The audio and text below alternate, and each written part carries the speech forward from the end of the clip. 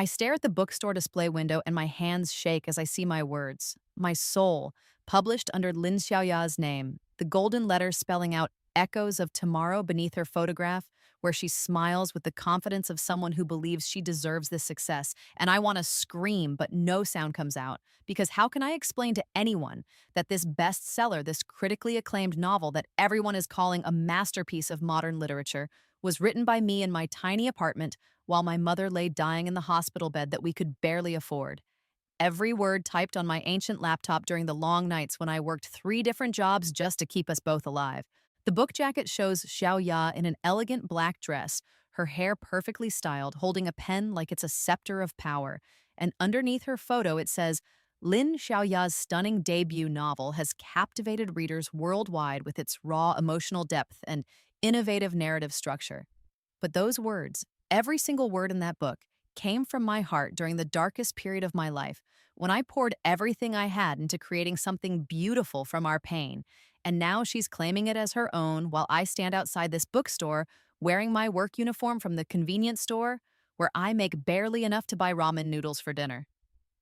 3 years I spent writing this novel, 3 years of waking up at 5 in the morning to write before my first job, stealing moments between shifts to scribble notes on napkins when inspiration struck, staying up until 3 in the morning after my mother fell asleep to continue crafting the story that I knew would save us both. And I shared every draft with Xiao Ya because she was my best friend since childhood, the one person I trusted completely, the one who always said she believed in my talent and encouraged me to keep writing even when rejection letters piled up on my desk like fallen leaves. Maylene, this is incredible, she would say, reading my latest chapters with tears in her eyes. You have a gift that the world needs to see. Please don't give up on this dream. And I believed her when she said she was honored that I shared my work with her, believed her when she promised to help me find the right publisher, believed her when she said true friendship meant supporting each other's dreams no matter what. But now I see that she was just waiting for the perfect moment to steal everything I had created and claim it as her own masterpiece. The display window shows stacks and stacks of her book, bestseller stickers gleaming like wounds, and I press my palm against the cold glass, wondering how this nightmare became my reality. How the girl who used to braid my hair during summer afternoons and promise we would be successful writers together could betray me so completely, could destroy my life so methodically while smiling at me with false concern every time we met for coffee. And she asked about my writing progress, always so eager to read my latest work, always so supportive and encouraging while secretly planning to steal my words and make them her own. The book launch party takes place in the grand ballroom of the Meridian Hotel, where crystal chandeliers cast rainbow patterns across marble floors and the elite of the literary world sip champagne while discussing Zhao Ya's brilliant debut. And I stand in the corner wearing my only decent dress, a black outfit I bought secondhand for job interviews, watching her hold court surrounded by publishers and critics who hang on her every word as she discusses her creative process with the confidence of someone who truly believes she deserves this adoration. The inspiration came from my own experiences with loss and hope, she tells a group of distinguished editors, her voice carrying across the room with practiced sincerity. I wanted to explore how people find strength in the darkest moments of their lives. And every word she speaks is like a knife twisting in my chest because those were my experiences, my loss, my hope that I transformed into art while she was living comfortably in her family's mansion, never knowing what it felt like to choose between buying medicine for your dying mother or paying rent for another month. I wait until she's alone for a moment, then approach her with my heart pounding and my hands trembling, carrying the original manuscript I printed out 3 years ago with my handwritten notes still visible in the margins, and I say, Xiao Ya, we need to talk about your book. But before I can explain anything else, she looks at me with such genuine confusion that for a moment I almost doubt myself, almost wonder if I'm going crazy from grief and desperation. Maylene, darling, you look so tired, she says, reaching out to touch my arm with what seems like real concern. I know you've been struggling since your mother's illness got worse, and I'm worried about you because you've been acting so strange lately, claiming that other people's work belongs to you. And her voice is so gentle, so filled with sisterly care, that everyone around us stops their conversations to listen. And I realize with growing horror that she's already prepared for this confrontation. This is my manuscript, I insist, holding up the pages that represent 3 years of my life. These are my handwritten notes, my character development charts, my original ideas that I shared with you because I trusted you. But she shakes her head sadly and says, "Oh, Maylin, I know you're going through a difficult time, but you can't keep doing this. You can't keep claiming other people's work as your own, just because you're struggling to write something original." The crowd around us grows larger as her voice rises with perfect concern, and she continues, "I've been trying to help her for months. She's been obsessed with my writing process, constantly asking for drafts and notes, and now she's convinced herself that she wrote my novel. It's so heartbreaking to see someone I care about deteriorating like this." And everyone nods sympathetically while looking at me like I'm a dangerous, unstable person who needs professional help.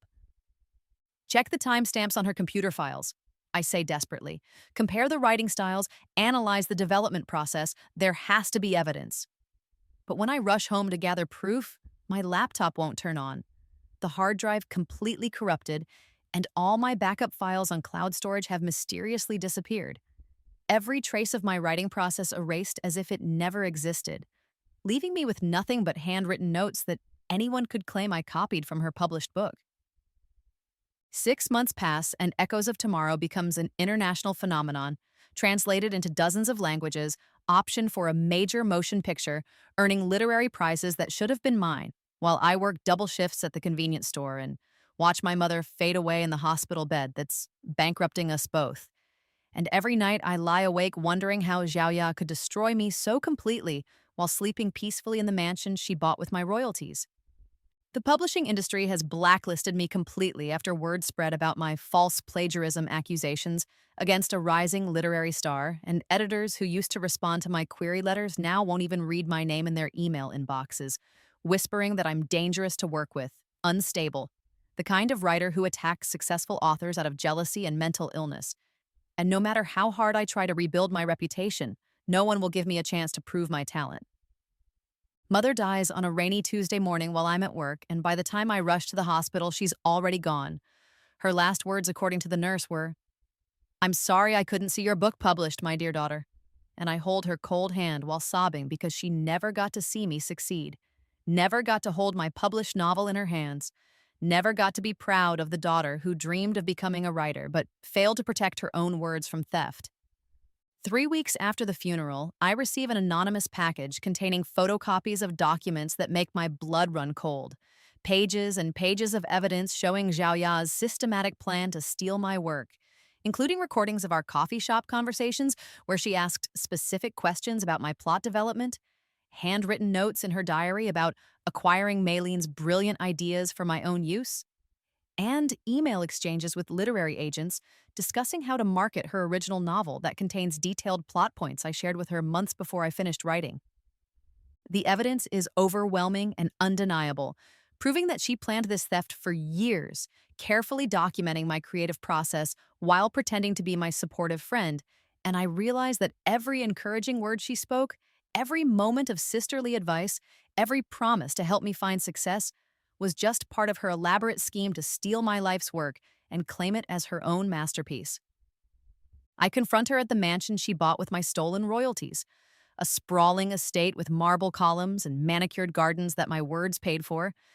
And when she opens the door wearing a silk dress that costs more than my monthly rent, she smiles at me with the same false warmth she's always shown, as if we're still best friends meeting for coffee instead of victim and thief, facing each other across an unbridgeable chasm of betrayal.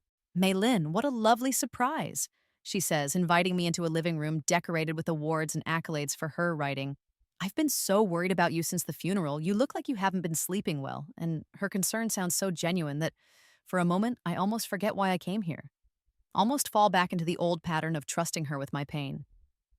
But then I see my words framed on her wall, quotes from Echoes of Tomorrow presented as inspirational art, and the rage that has been building inside me for months finally explodes as I throw the evidence across her coffee table and watch her face change from false concern to calculating coldness. "You planned this for years," I say, my voice shaking with fury. "You recorded our conversations. You stole my ideas systematically. You destroyed my life while pretending to care about me." And she doesn't even try to deny it anymore, just pours herself a glass of wine and settles back into her designer sofa like she's discussing the weather. "You were always so naive, Maylene. she says with a smile that reveals her true nature for the first time. Sharing your brilliant ideas with me, like you were giving away precious gifts, never thinking about protecting your work or building your own career strategically. I just knew how to take your raw talent and market it properly to the world. You destroyed my family? I whisper. My mother died thinking I was a failure, died never seeing me succeed, because you stole the one thing that could have saved us both. And Xiaoya shrugs, like my mother's death is just an unfortunate side effect of her business strategy, like human suffering is acceptable collateral damage in her pursuit of literary fame. Pour yourself some wine, she says, pushing a glass toward me. Let's toast to your contribution to great literature, even if the world will never know your name. And I'm so exhausted from months of fighting, so broken from losing everything that mattered to me, that I actually reach for the glass, too tired to notice the bitter smell that doesn't belong in expensive wine. The drug works quickly, and as my vision blurs and my limbs grow heavy, I realize that Zhao Ya has planned this final betrayal as carefully as she planned the theft of my manuscript. And her voice sounds far away when she says, "You were always going to threaten my empire eventually, always going to try to reclaim credit for work that made me famous. So this is really the only way to protect everything I've built." My last coherent thought as darkness closes around me is a desperate wish that I could live again, could have another chance to protect my words and expose her crimes, could save my mother and myself from this devastating betrayal, and I whisper into the void, if I could start over, I would never trust her with my dreams again. Then I opened my eyes and realized I had been reborn. Sunlight streams through the familiar curtains of my tiny apartment, the same faded blue fabric that I thought I would never see again, and I sit up in bed with my heart racing as I take in details that should be impossible. My ancient laptop sitting open on the desk where I left it 3 years ago. My mother's coffee mug in the sink with lipstick marks that I remember washing away the morning she went to her first chemotherapy appointment, and the calendar on the wall showing a date that makes my blood freeze because this is the day, this is the exact day when everything went wrong. My phone buzzes with an incoming call and Zhao Ya's name appears on the screen, the same call that started my destruction in my previous life. And I stare at her contact photo where she's smiling with the innocent expression of someone I once trusted completely, someone I believed would never hurt me. But now I know the truth about what lies beneath that false friendship, what calculated cruelty hides behind her caring words. Mei Lin, darling, how are you feeling today? Her voice sounds exactly the same through the phone, sweet and supportive, filled with the sisterly concern that I once found comforting but now recognize as manipulation. I was thinking about your novel, and I'm so excited to read the final version. You've been working so hard on it, and I know it's going to be absolutely brilliant.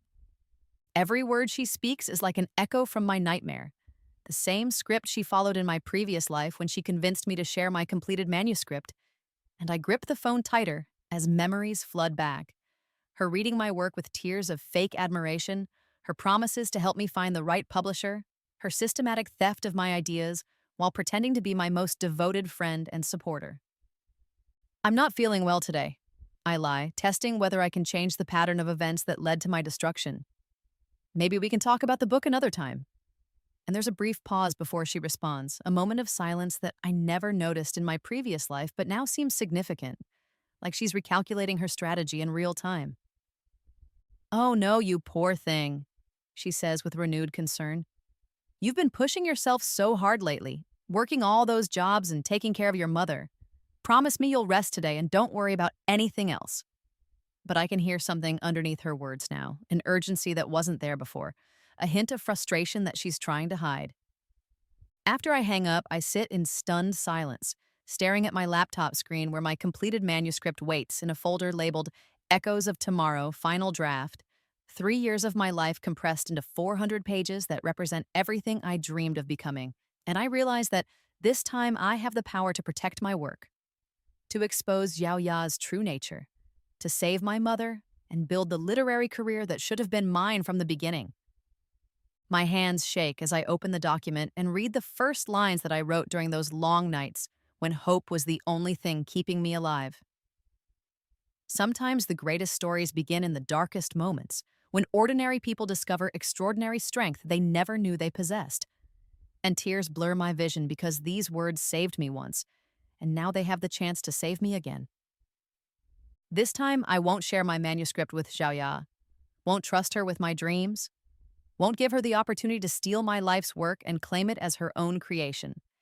And as I make backup copies of my files and hide the original documents in multiple secure locations, I feel something I haven't experienced in years: the intoxicating power of controlling my own destiny. The phone rings again, and my mother's name appears on the screen.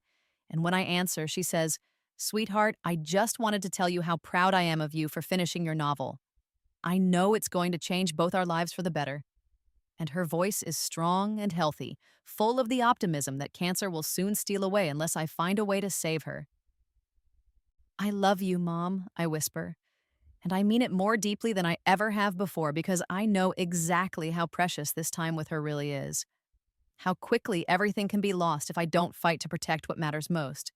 And when she laughs with genuine joy and says, "I love you too, my brilliant daughter," I make a silent promise that this time will be different. This time, I'll be the one who becomes a best-selling author while Xiao Ya watches from the sidelines. This time, I'll save my mother and build an empire with my own words. This time, I'll expose the truth about who really wrote Echoes of Tomorrow and let the world see what happens when talent meets opportunity without betrayal, destroying everything beautiful and pure. The next morning, I wake up with perfect clarity about what I need to do, and instead of rushing to share my excitement about finishing the novel, I tell Xiao Ya that I'm experiencing writer's block, that the final chapters aren't working, that I need more time to figure out how to end the story properly, and her disappointed silence on the other end of the phone confirms what I suspected. She was counting on reading my completed work today. "Oh no, that's so frustrating," she says with carefully manufactured sympathy. "But don't worry, these creative blocks happen to every writer. Maybe I could read what you have so far and help you brainstorm some solutions." And I can hear the hunger in her voice now that I know what to listen for, the barely concealed desperation of someone whose plan is falling apart. "I think I need to work through this alone," I tell her, feeling stronger with every word. Sometimes sharing work before it's ready can kill the creative energy. And when she tries to argue, tries to convince me that talking through problems always helps, I stay firm in my refusal, enjoying the way her voice gets tighter with each attempt to manipulate me. While Xiao Ya grows increasingly frustrated by my withdrawal, I spend the week researching literary agents and publishers online, reading submission guidelines and success stories, building a strategy for launching my novel without anyone else's help. And when I finally choose Starlight Literary as my target publisher, I remember Lu Qingyu's name from the acknowledgments section of several books I admire. Lu Qingyu's biography on the company website shows a serious young man with intelligent eyes and an impressive track record of discovering breakthrough literary talent. And when I submit my manuscript with a carefully crafted query letter, I feel like I'm finally taking control of my destiny instead of depending on false friends who pretend to care while secretly planning my destruction. 3 days later, my phone rings with a call from Starlight Literary, and Lu Qingyu's voice is warm and professional when he says, "Miss Chen, I've read your submission and I'm genuinely impressed by the depth and originality of your work. Would you be available to meet in my office this afternoon to discuss publication possibilities?" My heart pounds as I walk into the elegant Starlight Literary Building, where floor-to-ceiling windows overlook the city, and famous authors' photographs line the hallways.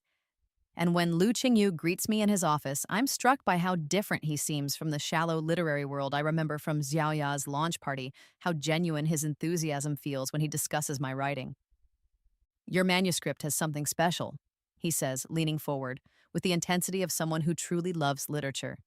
"The emotional honesty is remarkable, and your narrative voice has a quality that most writers spend years trying to develop. And for the first time since my rebirth, I feel like someone sees my real talent instead of just trying to use me." We spend 2 hours discussing my novel, analyzing character development and thematic elements, and Lu Qingyu treats my work with the respect it deserves, asking thoughtful questions about my writing process and offering suggestions that show he understands what I was trying to accomplish. And when he offers me a publishing contract with a substantial advance, I know that this is the beginning of everything I've dreamed of achieving. "There's one condition," I tell him as we review the contract terms. "I want to publish under a pen name initially. I have personal reasons for keeping my identity private until the book establishes itself. and he nods understanding without pressing for details, respecting my privacy in a way that Xiao Yai never did. The advance payment is enough to start my mother's cancer treatment at the best hospital in the city. And when I take her to her first appointment with the oncologist, I hold her hand and promise that everything will be different this time, that I finally have the resources to give her the care she deserves. And she squeezes my fingers with tears in her eyes and says, I don't know how you manage this miracle, but I'm so grateful to have such a determined daughter. 2 months pass, and Xiaoya's calls become increasingly frequent and desperate, always asking about my writing progress, always offering to help me overcome my creative difficulties. And I feed her carefully crafted lies about struggling with plot problems and character development, watching her frustration grow as she realizes that her main source of stolen material has dried up completely.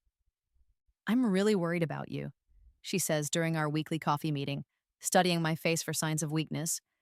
You used to be so passionate about your writing, so eager to share your ideas. But lately you seem distant and secretive, and I respond with vague complaints about artistic pressure and financial stress, never mentioning the book contract that's going to change my life. Meanwhile, Echoes of Tomorrow moves through the publication process under my pen name Maya Chen, and Lu Qingyu keeps me updated on every stage of development, from cover design to marketing strategy, treating me like a valued author instead of someone whose ideas can be stolen and exploited. And when advance review copies start generating excitement among literary critics, I know that my moment of vindication is approaching. Xiaoya grows so desperate for new material that she starts approaching other aspiring writers in our local literary community, offering to mentor them and read their work. And I watch from a distance as she begins her predatory behavior with fresh victims. But this time, I'm prepared to expose her before she can destroy anyone else's dreams. I create a fake manuscript filled with terrible ideas and obvious plot holes, then leave it where Zhao Ya can accidentally discover it during one of her visits to my apartment. And when she reads the pages with poorly disguised excitement, claiming that my writing is definitely improving, and asking if she can take a copy home to study my technique, I know she's fallen perfectly into my trap. 3 weeks later, I discover that Xiao Ya has submitted the fake manuscript to several publishers under her own name, marketing it as her highly anticipated second novel. And when editors read the disjointed nonsense that she's trying to pass off as literary fiction, her reputation for brilliant storytelling begins to crack, and industry insiders start whispering that perhaps her debut was a fluke rather than evidence of genuine talent. Echoes of Tomorrow publishes quietly with minimal fanfare, just as I planned. But word spreads quickly through literary circles about the mysterious new author Maya Chen, whose debut novel demonstrates extraordinary emotional depth and innovative narrative techniques. And when early sales figures show strong momentum building, I know that everything is falling into place exactly as I hoped. Lu Qingyu calls me with excitement in his voice to report that we've been nominated for the prestigious Golden Pen Literary Award for Breakthrough Novel of the Year. And when I ask about the ceremony details, he says, it's next month at the Grand Ballroom of the Meridian Hotel, the same venue where all the major literary events take place. And I smile, because I know exactly which event we'll be competing against.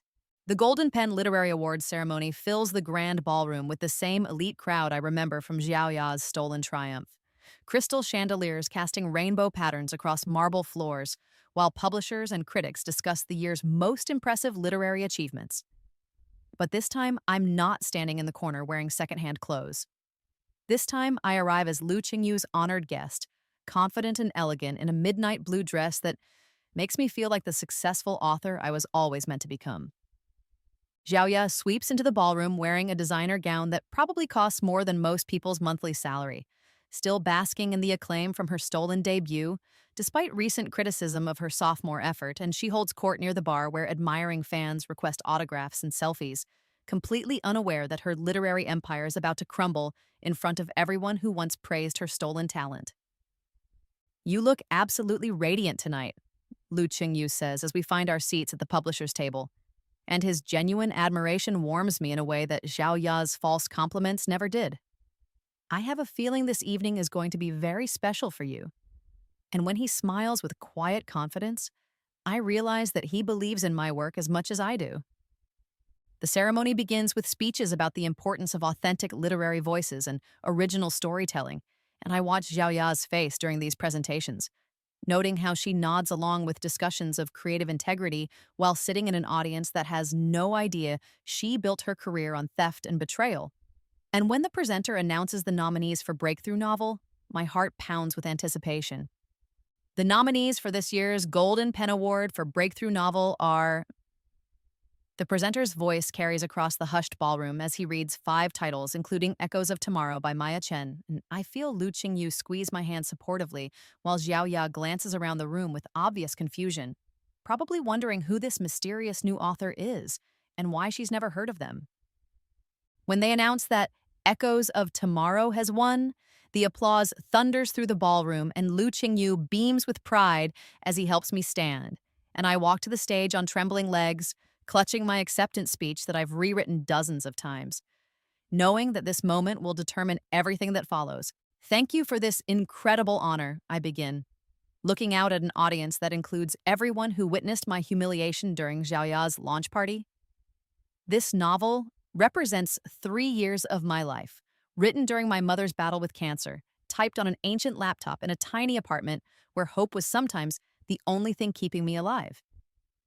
The ballroom falls completely silent as I continue. Every word in this book came from my personal experience of finding strength in the darkest moments, of learning that ordinary people can discover extraordinary courage when everything they love is threatened. And I watch Xiaoya's face turn pale as recognition dawns as she begins to understand what's happening. I wrote this story by hand before typing it, keeping detailed character development charts and plot outlines, documenting every stage of my creative process, because I believed that someday the world would want to know how this book came to exist. And now I pull out copies of my original handwritten manuscripts, holding them up for the audience to see.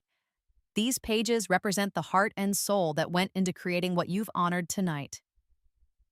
The audience leans forward with growing interest as I continue my revelations, and Lu Qingyu nods encouragingly from his seat, while Xiao Ya looks like she wants to disappear completely. And I know that this is the moment I've been building toward since my rebirth, the moment when truth finally defeats deception. Publishing under a pen name allowed my work to be judged purely on its merits. I continue, my voice growing stronger with each word, but tonight I want to reveal my true identity because there are important lessons about artistic integrity that need to be shared with this community. I pause dramatically, letting the tension build throughout the ballroom, and then I say, my real name is Chen Meilin, and some of you may remember me from a rather different literary event that took place in this same room 2 years ago. And I watch as recognition spreads through the audience, as people begin whispering and pointing while Xiao Ya's face goes from pale to ashen. 2 years ago, I attended a book launch party for a novel that I actually wrote, a book that was stolen from me by someone I trusted completely, someone who destroyed my original files and evidence, someone who convinced this same literary community that I was mentally unstable for claiming authorship of my own work. And the whispers grow louder as the audience realizes what I'm revealing.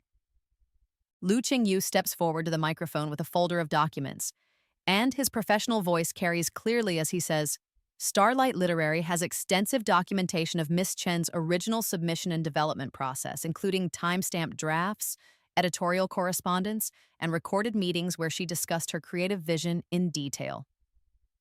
The evidence he presents is overwhelming and undeniable. Submission emails with detailed plot summaries that match my published novel exactly, editorial notes showing my responses to suggested revisions, recorded phone conversations where I explained my character motivations and thematic intentions, and a complete paper trail proving that I am the true author of Echoes of Tomorrow.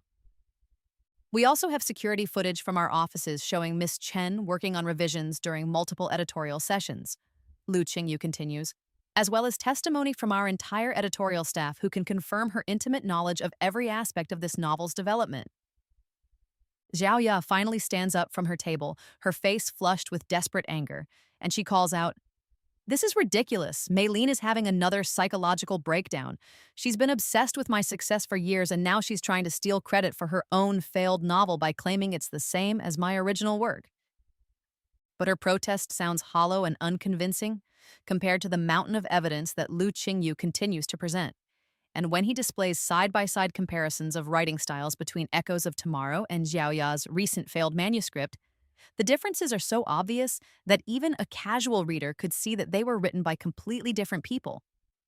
The narrative voice, sentence structure, and thematic development are entirely consistent with Miss Chen's documented writing style, Lu Qingyu explains to the fascinated audience, while showing no similarity to other work published under Lin Xiaoya's name, suggesting that Miss Lin may have had help with her debut novel that she did not acknowledge properly.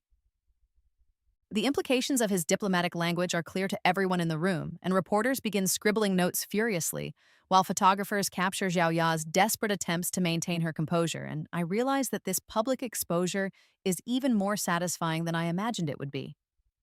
Other writers in the audience begin stepping forward with their own stories about Zhao Ya's predatory behavior, describing how she approached them with offers of mentorship while systematically stealing their ideas and incorporating them into her own work.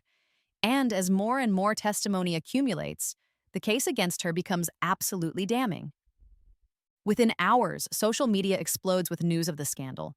Publishing houses begin investigations into Zhao Ya's contracts and submission history.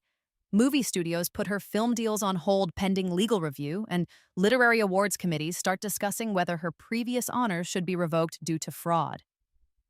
By the end of the evening, Zhao Ya's literary empire has crumbled completely, while I stand surrounded by editors and agents who want to discuss future projects, and when Lu Qingyu raises a champagne toast to truth and authentic artistic vision, I know that my long journey toward justice is finally complete. 6 months after the awards ceremony, my second novel, Fragments of Light, debuts at #1 on the international bestseller lists, and literary critics praise my ability to transform personal pain into universal stories of healing and hope, calling me a voice of our generation and a writer who understands the human condition with rare depth and compassion. My mother sits in her favorite chair in our new apartment, reading advance copies of my third novel with tears of pride in her eyes. And when she looks up at me, she says, "I always knew you had extraordinary talent, but watching you fight for your dreams and win has been the greatest joy of my life." And her cancer is in complete remission thanks to the excellent medical care that my literary success has made possible. Lu Qingyu visits our apartment regularly now, not just as my editor, but as someone who has become increasingly important to my personal happiness. And when he helps my mother with her garden on the balcony, or discusses classical literature with her over dinner, I see how naturally he fits into our small family, how his presence makes everything brighter and more hopeful. "I have something to ask you," he says one evening as we walk through the park near our building. And when he pulls out a small velvet box containing not a traditional diamond ring, but a rare first edition of my favorite poetry collection, I start crying before he can even finish proposing, because I know that this is what real love looks like. Someone who understands what matters most to me and celebrates my dreams instead of trying to steal them. "Will you marry me and build a literary empire together?" he asks with the same shy smile that made me trust him from our first meeting. And when I say yes through my happy tears, he spins me around under the cherry blossoms while promising that we'll always support each other's work instead of competing or comparing our different strengths.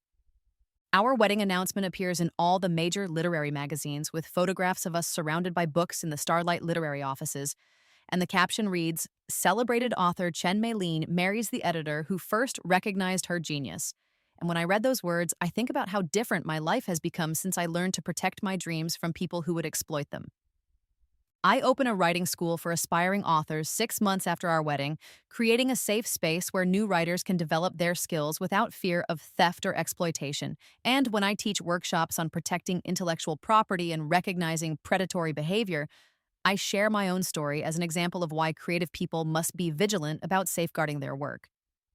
Talent without protection is vulnerable, I tell my students during our first session, but talent combined with wisdom and strategic thinking can overcome almost any obstacle. And when young writers thank me for teaching them about contracts and copyrights alongside creative techniques, I know that I'm helping to prevent other aspiring authors from experiencing the betrayal that almost destroyed my life. The literary world moves quickly, and within a year of my public revelation, Zhao Ya's name has become synonymous with plagiarism and fraud. Her previous awards officially revoked, her book deals canceled, her movie options terminated, and her reputation so thoroughly destroyed that no reputable publisher will even consider her submissions. She tries desperately to rebuild her career under various pen names, but the internet never forgets, and literary bloggers track her attempts at reinvention with the dedication of investigative journalists, exposing every new identity she assumes and warning publishers about her history of theft and deception. I hear through industry gossip that she's been reduced to working as a ghostwriter for other people's projects, always under strict supervision, always required to provide extensive documentation of her sources and inspiration, never again trusted with independent creative control. And while part of me feels sorry for how far she's fallen, I remember my mother's death in my previous life, and any sympathy quickly disappears. She attempts to contact me several times through mutual acquaintances, claiming that she wants to apologize and make amends. But I have no interest in reliving old pain or giving her opportunities to manipulate me again. And when Lu Qingyu asks if I want to respond to her messages, I tell him that some betrayals are too deep for forgiveness, some wounds too severe for healing. I've moved beyond anger into acceptance, I explain to him as we review submissions for our new publishing imprint that specializes in protecting debut authors from exploitation. What happened to me taught me valuable lessons about trust and protection that I wouldn't have learned any other way, and now I can use that knowledge to help other writers avoid similar pain. My third novel, The Art of Rising, becomes a cultural phenomenon, inspiring readers around the world with its message about overcoming betrayal and rebuilding life after devastating loss. And when universities start assigning it in literature courses and book clubs, choose it for discussion groups, I realize that my words have achieved the kind of lasting impact that I always dreamed of creating. The final irony comes when Starlight Literary offers Xiaoya a position as a junior content editor for our new imprint, a job that requires her to help protect other authors from the kind of theft she once perpetrated. And while she initially balks at the humiliation of working under my indirect supervision, her complete lack of other options eventually forces her to accept. "I want you to know that I've learned from my mistakes," she says during our first and only face-to-face meeting since the awards ceremony. Sitting across from me in the conference room, where I now hold meetings as a consulting publisher, and her voice carries none of the manipulative sweetness I remember, just exhausted defeat. "I hope you have," I reply calmly, "because your job here will be to ensure that what you did to me never happens to anyone else. And if you can dedicate yourself to that mission sincerely, then perhaps some good can come from all the pain you caused."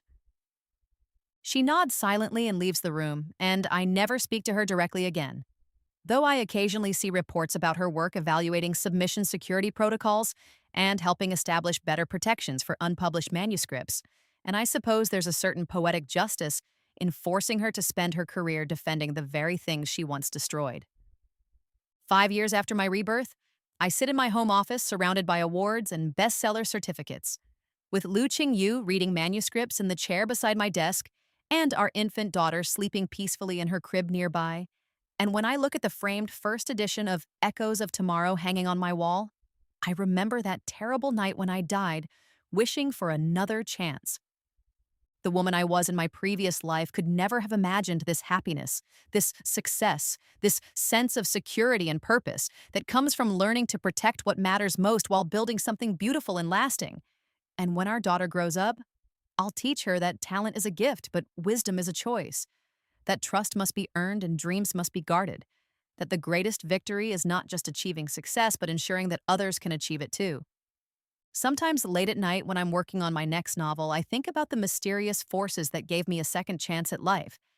And while I'll never understand how or why I was reborn, I know that I've honored that gift by using my knowledge and experience to create something better than what existed before, to transform my own pain into stories that help other people heal, and to build a literary legacy that will protect writers long after I'm gone. The last words I write in my journal that night are simple but profound. Today I saved my dreams. Tomorrow I'll help others save theirs. And as I close the notebook and turn off the lamp, I smile with the deep satisfaction that comes from knowing that this time I won.